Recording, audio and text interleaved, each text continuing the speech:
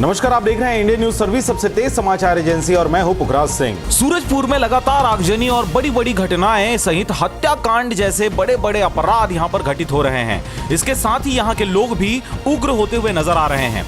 आपको बताएं, सूरजपुर जिले में हुई प्रधान आरक्षक की पत्नी और बच्ची की निर्मम हत्या के बाद पूरा प्रदेश दहल गया है। लोग आरोपी के खिलाफ कड़ी कार्रवाई की मांग कर रहे हैं। वहीं दूसरी ओर लोगों में भारी आक्रोश का माहौल भी देखने को मिल रहा है। आपको बताएं कि इसी दौरान कल बीते आक्रोशित लोगों ने आरोपी कुलदीप साहू के घर पर धावा बोल दिया और घर को आग के हवाले कर दिया। वहीं बड़ी संख्या में लोगों ने नगर को बंद भी कर दिया और लोग पुलिस थाना का घेराव कर रहे थे। बताया जा रहा है कि आरोपी एनएसयूआई का जिला महासचिव है। जी हां, जैसा कि आप जानते हैं कि सूरजपुर में एक प्रधान आरक्षक के घर पर रात के करीबन 12-1 बजे के आसपास उसकी पत्नी और बच्चे को आरोपियों द्वारा धारदार हथियार से मौत के घाट उतारकर सीढ़ियों से नीचे घिसते हुए लेकर घर से 7 किलोमीटर दूर एक गांव के अगल बगल में फेंक दिया गया था। सुबह जब ग्रामीणों को जानकारी हुई तो उन्होंने पुलिस को जानकारी दी। तदुपरांत दोनों के लाशों को बरामद किया गया और इसके बाद से ही ग्रामीणों में आक्रोश का माहौल देखते ही बन रहा था। कल खबर निकलकर सामने आई कि आक्रोश इतना बढ़ गया लोगों का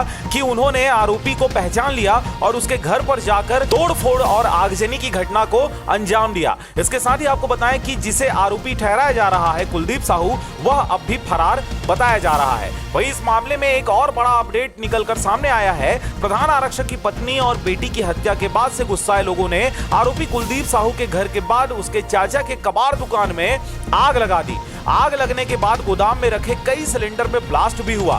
सिलेंडर में हुए धमाकों की आवाज से आसपास रहने वाले लोग सहम से गए। इस दौरान आपको बताएं कि इस क्षेत्र के माने जाने वाले कद्दावर नेता और पूर्व उप मुख्यमंत्री टीएस सिंहदेव ने भी इस पूरे कांड के बारे में नाराजगी जाहिर की है और आज वे प्रेस कॉन्फ्रेंस भी कर रहे हैं।